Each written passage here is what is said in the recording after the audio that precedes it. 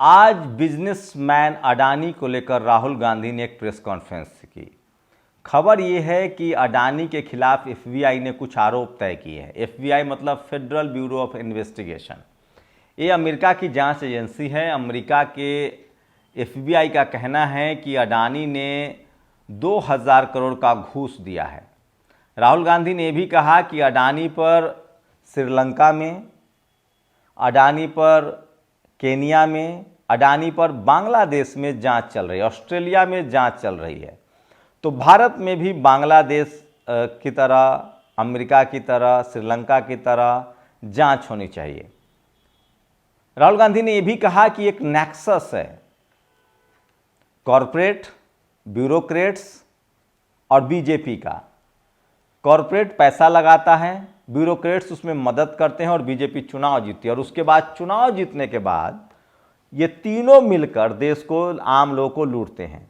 राहुल गांधी ने यह भी कहा कि अडानी, जिस तरह से अडानी को पैर फैलाने दिया जा रहा है और जिस तरह से वो बिजनेस कर रहा है, तेल बेच रहा है, साबुन बेच रहा है, हल्दी बेच रहा है, जो यहाँ के जो एमएसएमई हैं, जो छोटे रिटेलर हैं, जो छोटे बिजनेसमैन है, उसको वो निगल जाएगा। नमस्कार, मैं शंभू कुमार सिंह और आप देख रहे हैं नेशनल दस्तक। अडानी को लेकर राहुल गांधी की आज सुबह सुबह प्रेस कॉन्फ्रेंस हुई। इसको लेकर दिलीप मंडल ने भी कुछ ट्वीट किया है, जो प्रधानमंत्री के मीडिया एडवाइजर हैं, उस पर ही बताऊंगा। लेकिन इस खबर से क्या असर हुआ आप पर वो बताता हूं। दरअसल आज स्टॉक मार्केट में पैसा डूब गया। अगर आपका एसबीआई में पैसा है, अगर आपका बैंक ऑफ बड़ौदा में है, पीएनबी में है, तो आपको जमकर घाटा हुआ होगा। यही नहीं, वो बैंक जो आईसीआईसीआई, एचडीएफसी के जो बैंक हैं, SBI, PNB, bank of Baroda, इन सब बैंकों ने लगभग 40,000 करोड़ रुपए अडानी को लोन दे रखा है। इनके शेयर आज नीचे आए हैं। टोटल 88,000 करोड़ रुपए जो हैं एनबीएफसी को मिलाकर 88,000 करोड़ रुपए का लोन है अडानी के ऊपर। अडानी भारत के बड़े बिजनेसमैन हैं और बड़े बैंक के पैसा उनके कॉर्पोरेट में लगा है। गुरुवार को अडानी ग्रुप के स्टॉक्स के साथ कई सरकारी बैंकों के शेयर भी जमकर टूटे। इसमें SBI, PNB, bank of Baroda के शेयर करीब 5% गिरावट देखने को मिली है। वहीं एक्सिस बैंक, आईसीआईसीआई और एचडीएफसी बैंक के शेयर में बड़ी गिरावट हुई है। मतलब अडानी का कुछ भी अगर होता है तो वो आप पर भी फर्क पड़ता है। ये सबसे बड़ी खबर है। तो इस खबर का तार समझिए। मैं बार बार कह रहा हूं, भारत के कॉरपोरेट में अडानी पहले शख्सियत हैं जो दुनिया भर में पैर फैला रहे हैं। लेकिन किस प्रोफेशन में? कोयला में, एनर्जी में। कोई टेक्नोलॉजी वाला डेवलपमेंट वो भी नहीं कर रहे हैं जो एलन मस्क कर रहा है। जैसे एलन मस्क जो है वो नए रिसर्च सेंटर, वो नए तरह की गाड़ी बना रहा है, नए तरह का स्पेस क्राफ्ट बना रहा है। बेसिकली अडानी का जो बिजनेस है वो भारत में अगर आपको बताए तो एस्टैब्लिश बिजनेस में ही वो हाथ डाल रहे हैं। जैसे एयरपोर्ट भारत सरकार की है तो वो उसको टेंडर पर ले रहे हैं या लीज पर ले रहे हैं 100 साल के लिए, या उसको खरीद ले रहे हैं। बंदरगाह जो भारत सरकार का, अडानी ने कुछ भी अपना नया क्रिएट नहीं किया है। वही फील्ड में वो हाथ डाल रहे हैं और उसमें मोनोपोली ले रहे हैं। जैसे पहले बहुत सारे लोग थे जो एयरपोर्ट चलाते थे, कुछ छोटी छोटी कंपनियां भी थी। मुंबई एयरपोर्ट किसी के हिस्से में था, दिल्ली एयरपोर्ट किसी के हिस्से में, लखनऊ एयरपोर्ट के हिस्से में। अब लगभग एयरपोर्ट अडानी के हिस्से में है। वहाँ समोसा कितने रेट में बिकेगा, आपसे टैक्स कितना लिया जाएगा, ये अडानी कर रहे हैं। तेल अडानी का बेच आप खा सकते हैं, मसाला खा सकते हैं। अडानी एनर्जी में, जैसे कोयला के बिजनेस में है। अडानी जो है वो आपको बता दें कि बिजली के बिजनेस में है, सोलर पावर में। तो कुछ नया इन्वेंशन नहीं है, कोई नया स्टार्टअप नहीं है, नया इन्वेंशन नहीं है। जैसे दुनिया भर के देशों में नए नए इन्वेंशन होता है, कोई ओला, उबर, अमेजन, ऐसा नहीं है। तो जो स्थापित बिजनेस है उसी में अडानी हाथ डाल रहे हैं और अब प्रधानमंत्री का उनको साथ मिला है। कोई भी बिजनेसमैन तभी बढ़ता है जब उसको सरकार का साथ मिले। तो ये बात तय है कि इंदिरा गांधी के दौर में, गांधी परिवार के, नेहरू के दौर में अंबानी का ग्रोथ हुआ। अंबानी मतलब मुकेश अंबानी, अनिल अंबानी के पिता धीरू भाई अंबानी को कॉरपोरेट को एस्टैब्लिश किया गया टाटा के मुकाबले। पहले शुरुआत में टाटा फैमिली थी। लेकिन सोचिए, एक और मैं थोड़ा सा इतिहास आपको बताऊंगा इस देश में कभी ज्योतिबा फुले का भी हजारों करोड़ का कारोबार था। जब अंग्रेजों के दौर में वो सबसे बड़े कॉन्ट्रैक्टर थे, यरबदा जेल हो, बड़े बड़े ब्रिज हो, वो बनाते थे, लेकिन उनका सोशल कंट्रीब्यूशन था, वो सोशलिस्ट समाज के साथ जुड़े हुए थे, तो उनको डुबा दिया गया। बाद में टाटा जो परिवार है वो कॉरपोरेट में आया, गांधी जी का सहारा मिला, नेहरू के दौर में वो कॉरपोरेट आगे बढ़ा, टाटा आगे बढ़ा। उसके बाद धीरूभाई अंबानी बढ़े। नरेंद्र मोदी ने पैरेलल एक अपना कॉरपोरेट बड़ा मजबूत खड़ा किया जिसका नाम अडानी है। तो क्या ये सब अडानी और अंबानी का युद्ध चल रहा है? हाल ही में मुकेश अंबानी के बेटे की शादी में मुकेश अंबानी आए थे न्योता देने। अब देखिए भारत सरकार का झुकाव किस तरफ है, इस कॉरपोरेट वॉर को भी आपको समझना पड़ेगा। राहुल गांधी ने जो आरोप लगाया है उसमें सच्चाई तो है कि भारत में चुनाव जीतने के लिए एक नेक्सस काम कर रहा है, जिसमें कॉरपोरेट मतलब बड़े बिजनेस लॉबी, ब्यूरोक्रेट्स और साथ में सरकार के लोग शामिल हैं। इसमें कोई सच्चाई नहीं। ये हमेशा गांधी परिवार कांग्रेस के समय भी होता रहा। इसलिए मैं बार बार कहता हूँ, राजेंद्र प्रसाद सिंह जो मारक लाइन कहते हैं कि इस देश में कांग्रेस बीजेपी जनाधार वाली पार्टी नहीं है, उनके पास वोट नहीं है, वो पैसे वाली पार्टी है, कॉरपोरेट की पार्टी है। जनाधार वाली पार्टी तो Samajwadi party, Bahujan Samaj party, Janata Dal, RJD, JMM जैसे दल हैं, लेकिन इनके पास पैसा नहीं है, इनके पास मीडिया नहीं है, और इसलिए इनको आरोप लगता है कि ये टिकट बेचते हैं। सच्चाई यही है कि ये चंदा ही लेते हैं, ये इनको कॉरपोरेट चंदा देता नहीं है, क्योंकि कॉरपोरेट से इनकी आइडियोलॉजी टच नहीं होती है। अगर ये सरकार में भी रहे तो आज तो बिजनेस कहीं ना कहीं चलेगा। मायावती जी सरकार में थी, कुछ कंपनियां उनके टच में थी, लेकिन जैसे ही सरकार बदलेगी वो कंपनियां सबसे ज्यादा उनको डेंट मारती है। 4.5 साल तक मान लिया अखिलेश मुख्यमंत्री बन गए, मायावती जी मुख्यमंत्री बन गई, नीतीश या लालू यादव मुख्यमंत्री बन गए, हेमंत सोरेन, तो जो कॉरपोरेट लॉबी है वो 4.5 साल तक तो इनसे काम लेगा, लेकिन जैसे ही चुनाव का 6 महीने आएगा बड़ा डेंट मारेगा कि उनकी सत्ता चली जाए, क्योंकि उनसे वैचारिक सहमति नहीं है। मायावती जी हो या हेमंत सोरेन हो या अखिलेश यादव हो या लालू यादव हो, वो इस तरह की खुली लूट की छूट नहीं देंगे। वो कहेंगे कि आप स्कूल बनाइए, जो आपका CSR का फंड है, सोशल रिस्पॉन्सिबिलिटी फंड, उसको इंक्रीज कीजिए, स्कूल अस्पताल, इस तरह की लूट नहीं मचा सकते हैं। लेकिन कांग्रेस बीजेपी के राज में इनको खुली छूट होती है, जितना जनता को दूह लो, क्योंकि इनको पता है कि दूह किसको रहे, इस देश के मूल निवासी को। 90% आबादी को दूहना है। समोसे का दाम बढ़ा दो, तेल का दाम बढ़ा दो, स्कूल फी बढ़ा दो, गैस का दाम बढ़ा दो, बिजली का दाम बढ़ा दो, ट्रांसपोर्ट का दाम बढ़ा दो, एयरपोर्ट का खर्चा बढ़ा दो, मतलब आपको दूह ले। इसमें बीजेपी कांग्रेस की कोई मिली भगत है, दोनों एक जैसे हैं, नागनाथ सांपनाथ हैं। अभी जो राहुल गांधी अलबला इसलिए रहे क्योंकि उनकी पार्टी सत्ता में नहीं आ रही है। जो काम कांग्रेस करती थी वो काम अब नरेंद्र मोदी अपने स्टाइल में कर रहे हैं। 40 साल का अनुभव है, 15 साल मुख्यमंत्री भी रहे हैं। ऐसा तो है नहीं कि अखिलेश जी की तरह तुरंत मुख्यमंत्री बन गए, तेजस्वी जी की तरह तुरंत डिप्टी CM बन गए, या बिना संघर्ष के कुछ मिला है। ये सब समझने में 5 साल 10 साल लगता है। नरेंद्र मोदी ने इस पूरे रैकेट को, ब्यूरोक्रेसी और कॉरपोरेट और सत्ता के नेक्सस को समझा है। और इसकी एक वजह यह है कि जो जनरल कैटेगरी के जो लोग हैं, जो ब्यूरोक्रेट्स हैं, वो बीजेपी कांग्रेस के करीब करीब साथ होते हैं। इधर इस तरह के लोग ही नहीं है, अपना मीडिया भी नहीं है, अब कुछ लोग हुए हैं। तो ये नेक्सस काम करता है। इसलिए लोग कहा जाता है कि मायावती टिकट बेचती हैं, अखिलेश टिकट बेचते हैं, या हेमंत सोरेन टिकट बेचते हैं। दरअसल ये तमाम जो SC ST OBC के जो लोग हैं वो पार्टी चंदा से चलाते हैं। और इनको सैल्यूट कीजिए कि कांग्रेस बीजेपी के इस तरह के कॉरपोरेट में भी ये लोग अपनी अपनी पार्टी चला रहे हैं। मैं इसलिए बार बार कहता हूं कि ये इन लोगों को बदनाम किया जाता है। ये टिकट बेचते नहीं हैं। आप अगर कंट्रीब्यूशन नहीं कीजिएगा, पैसा नहीं दीजिएगा, तो पार्टी नहीं चल पाएगी। तो समझिए कि ये लोग अपना जोड़ घटाव 19-20 करके पार्टी चला रहे हैं।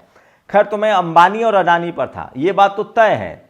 दरअसल ये लड़ाई मुकेश अंबानी और अडानी की है, कॉरपोरेट की है। दरअसल एलन मस्क अब मोदी के बहुत चहेते हो गए हैं। नरेंद्र मोदी सत्ता के साथ रहते हैं, उनको पता है।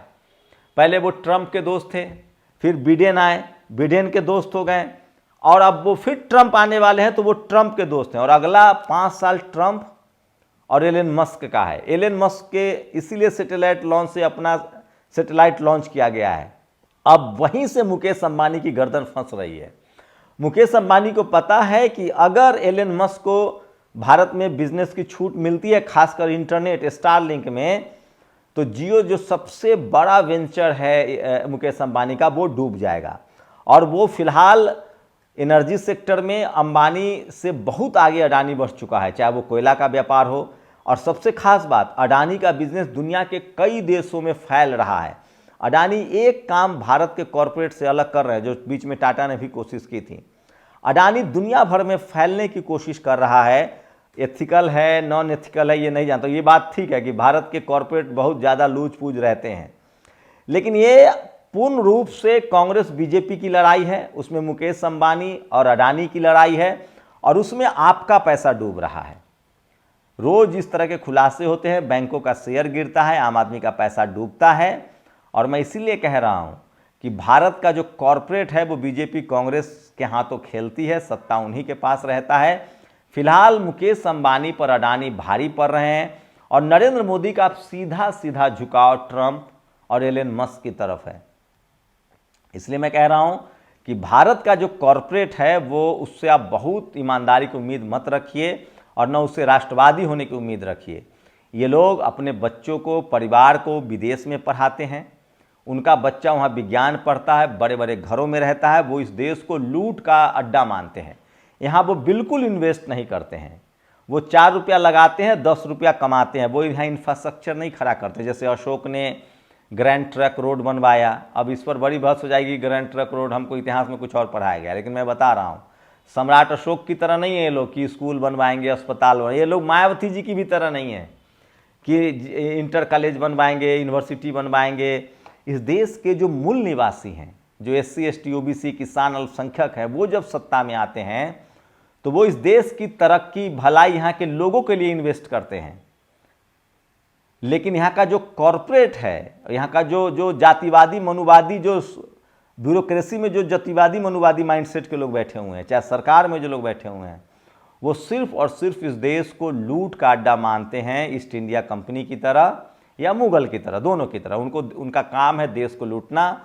वो 10 रुपये का तेल 100 रुपये में बेचेंगे, यहाँ तक कि दवाई 10 रुपये का वो 100 रुपये में बेचते हैं।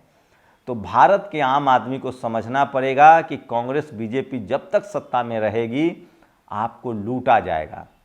कभी अंबानी जैसा कॉरपोरेट लूट के एंटीलिया बनाएगा, कभी अडानी जैसा कॉरपोरेट आपका पैसा डुबाएगा। मैं फिर कह रहा हूँ, इस देश के 90% लोगों को जब तक अपने हाथ में सत्ता नहीं लेंगे, जब तक वो बिजनेस में नहीं आएंगे, जब तक कॉलेज यूनिवर्सिटी, कोई भी कॉरपोरेट वही अच्छा है जो उस देश में इन्वेस्ट करे, जो उस देश के फ्यूचर पर इन्वेस्ट करे। जैसे देखिए, अफ्रीका में जन्मा एलन मस्क कनाडा में पढ़ता लिखता है और वो अमेरिका में अब जाके बिजनेस करता है। लेकिन वो क्या कर रहा है? अमेरिका को आगे ले जा रहा है, इन्वेस्ट कर रहा है। वो पैसा जो कमाता, आज भी एलन मस्क के पास अपना घर नहीं है।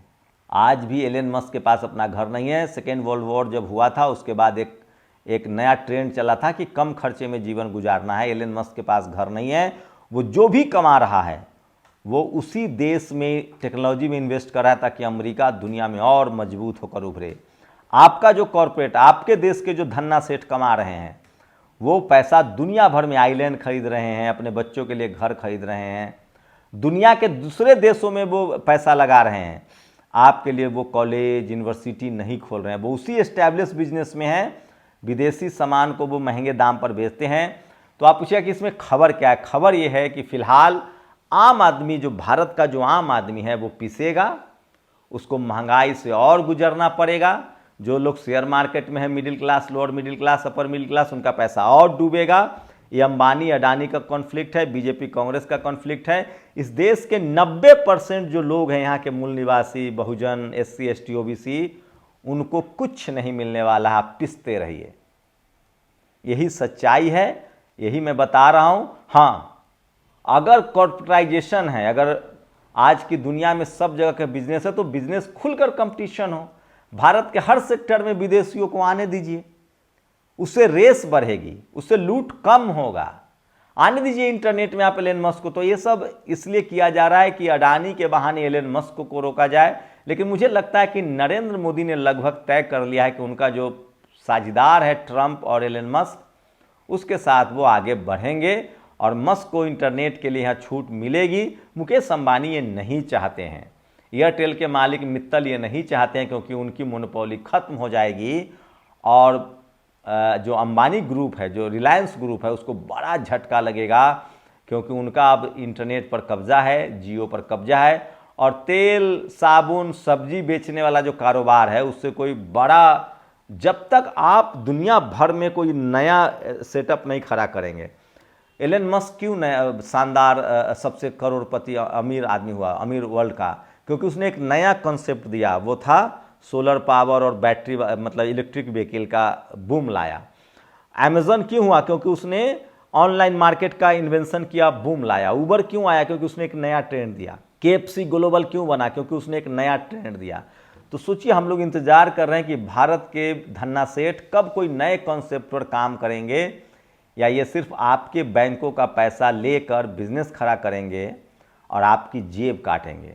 महंगाई से आपको झेलना पड़ेगा, स्कूल फी आपको झेलना पड़ेगा। तो ये लगभग स्थिति है। मैं फिर कह रहा हूँ, जब इस देश के दलित, पिछड़े, शोषित, वंचित समाज का आदमी जो गरीबी देखा है, जो लाचारी, बेबसी देखा है, वो जब सत्ता में बैठेगा तो वो ऐसे कॉरपोरेट को बढ़ावा देगा जो जनता पर ज़्यादा खर्च करे, ना कि अपना पैकेट भरे। फिलहाल ये अंबानी और अडानी ग्रुप का टसल है जो आपको दिखेगा नहीं।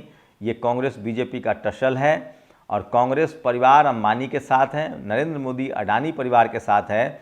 और एक बात मान लीजिए कि अभी नरेंद्र मोदी के जरिए अब एलन मस्क की एंट्री हो रही है, और ये अच्छा है, कॉरपोरेट के लिए अच्छा है। मोनोपोली ठीक नहीं होता है, खुला बाजार तो होना चाहिए बस। अगर ये लेकिन ये ज़्यादा अच्छा होता कि भारत के लोग इसमें ज़्यादा साझेदार होते।